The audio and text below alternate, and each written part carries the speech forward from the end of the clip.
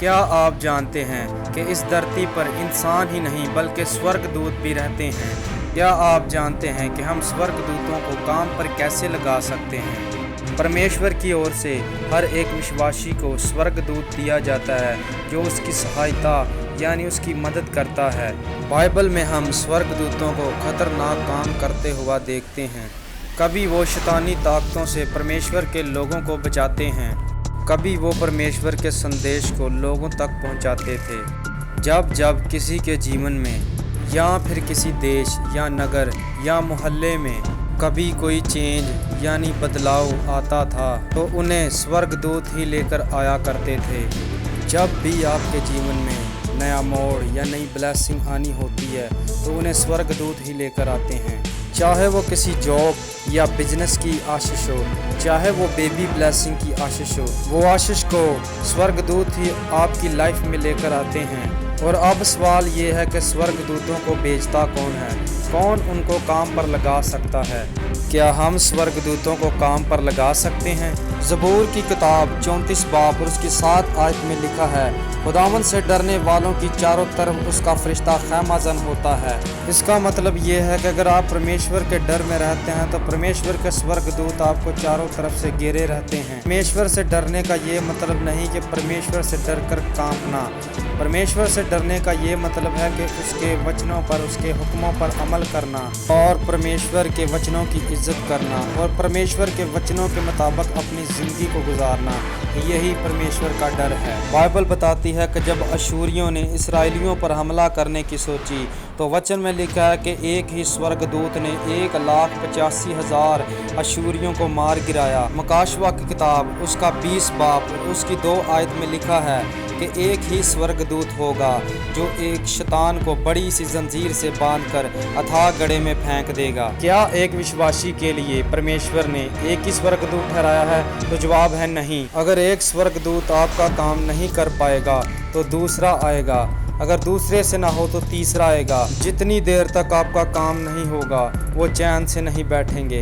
तो खुशी की खबर ये है कि परमेश्वर के स्वर्गदूत कभी हारते नहीं बल्कि वो हमेशा जयवंत होते हैं। पर अभी बुरी खबर ये है कि परमेश्वर के लोगों को स्वर्गदूतों से काम करवाना नहीं आता। बाइबल बताती है कि जो लोग मसीह में हैं उनको स्वर्गदूत दिए जाते हैं जो हमेशा उनके साथ साथ रहते हैं। इब्रानियाँ 1 बाब उसकी 14 आयत में लिखा है, क्या वो खिदमत गुजार रूहें नहीं यानी कि स्वर्गदूत जो नजात की मिरास पाने वालों की खातर खिदमत को भेजे जाते हैं। यूनानी भाषा में खिदमत गुजार का मतलब है दास, सेवक बनकर सेवा करना। स्वर्गदूत दास, सर्वेंट बनकर परमेश्वर के लोगों की सेवा करते हैं। कई बार वो लोगों की प्रार्थनाओं का उत्तर लेकर आते हैं यानी जवाब लेकर आते हैं। जब पतरस जेल में बंद था तो उसकी कलीसिया ने दुआ की तो उस दुआ के कारण स्वर्गदूत ने पतरस को जेल से निकाला।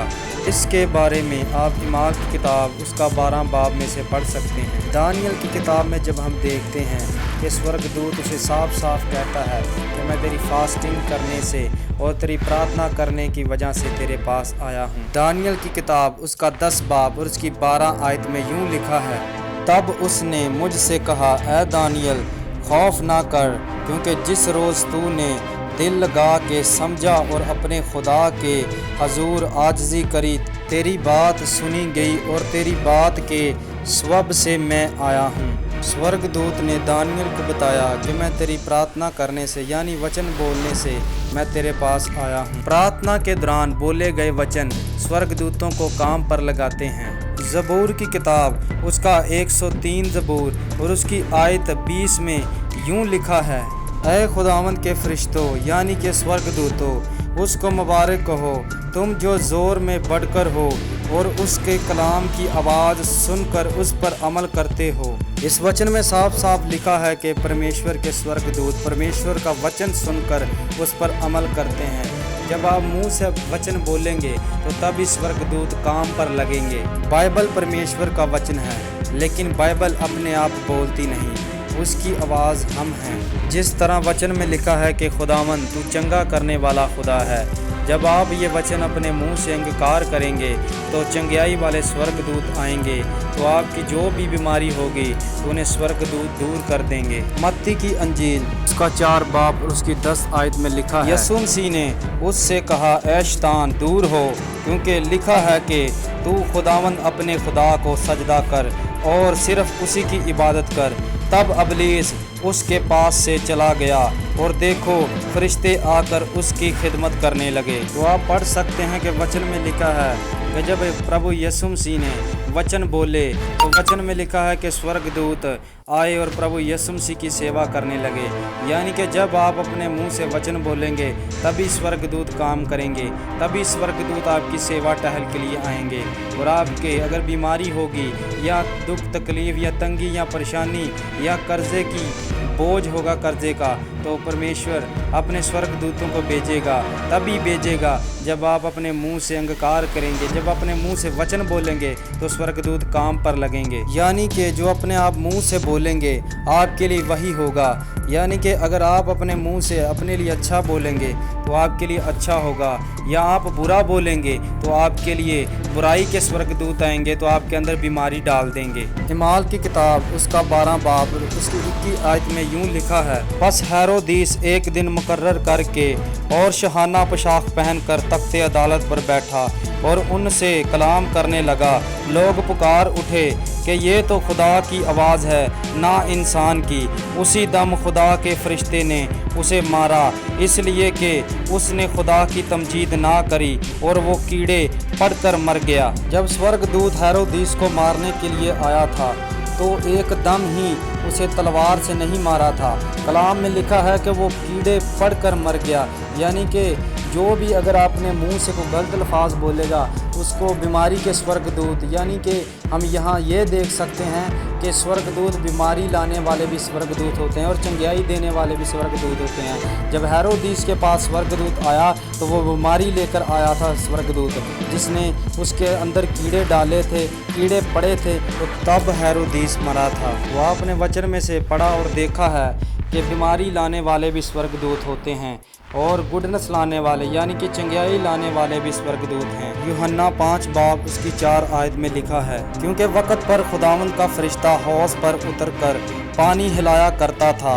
पानी हिलते ही जो कोई पहले उतरता सो शिफा पाता, उसकी जो कुछ बीमारी क्यों ना होती। तो इससे हमें यह पता चलता है कि बीमारी लाने वाले भी स्वर्गदूत हैं और चंगियाई देने वाले भी स्वर्गदूत हैं। और जब हम प्रार्थनाएं करते हैं तो हमारी प्रार्थनाओं का जवाब लेकर स्वर्गदूत ही आते हैं। जब करनीलियस प्रार्थना कर रहा था तो उसके प्रार्थना का उत्तर लेकर स्वर्गदूत ही उसके पास आया था। इमाल 10 बाब उसकी 2 आयत में यूं लिखा है, वो दीनदार था और अपने सारे घराने समेत खुदावंद से डरता था और यहूदियों को बहुत खैरात देता था और हर वक्त खुदा से दुआ करता था। उसने तीसरे पहर के करीब रोया में साफ साफ देखा कि खुदावंद का फरिश्ता पास आकर कहता है, करनीलियस। यानी कि जब हम प्रार्थना करते हैं तो स्वर्गदूत ही हमारी प्रार्थनाओं का उत्तर लेकर आते हैं। तो करनीलियस ने तीसरे पहर ही क्यों दुआ की? एलिया ने भी तीसरे पहर बाल पुजारियों के खिलाफ प्रार्थना की और परमेश्वर ने आग के साथ उसका उत्तर दिया। इज़रा ने भी तीसरे पहर प्रार्थना की तो इसराइल में बड़ा रिवाइवल आया। और डैनियल नबी ने भी तीसरे पहर प्रार्थना की तो फरिश्ता स्वर्गदूत उसके पास उसका प्रार्थना का उत्तर लेकर आया। और पतरस और यूहन्ना भी तीसरे पहर ही दुआ करने जाते थे। तो तीसरे पहर ही दुआ करना क्यों ज़रूरी है? कुछ लोग कहते हैं कि दुआ जब मर्जी कर लें परमेश्वर सुन लेता है। हाँ, दुआ आप जब मर्जी कर लें परमेश्वर आपकी दुआ को सुनेगा, लेकिन कुछ ऐसे बेत होते हैं जो आप अपनी ज़िंदगी में अप्लाई करेंगे, जो अपनी ज़िंदगी में आप मनन करेंगे तो उनके द्वारा आपको परमेश्वर और ज़्यादा बरकत देंगे। अमाल 3 बाब उसकी पहली आयत में लिखा है, पतरस और यूहन्ना दुआ के वक़्त यानी तीसरे पहर हैकल को जाते थे। यानी कि इसराइल में तीसरे पहर बमन लगता था, यानी कि तीसरे पहर हैकल लगा करती थी। इसीलिए लोग तीसरे पहर प्रार्थना करते थे। जो दूर के थे वो अपने घरों में प्रार्थना करते थे और जो नज़दीक थे वो हैकल में जाकर प्रार्थना करते थे। जब लोग तीसरे पहर प्रार्थना करते थे तो स्वर्गदूत स्वर्ग से उतरकर उनकी प्रार्थनाओं का उत्तर लेकर आते थे। कईयों के लिए बच्चे की आशीष का उत्तर लेकर आते थे और कईयों के लिए प्रार्थनाओं का उत्तर का जवाब लेकर आते थे और कईयों के लिए बरकत और इसी के नाम से स्वर्गदूत आते थे और उनकी ज़िंदगियों में कार्य करते थे। तो और तीसरे पहर ही क्यों दुआ करते थे? क्योंकि तीसरे पहर हैकल यानी कि बमन लगा करता था, इसीलिए लोग तीसरे पहर प्रार्थना करते थे।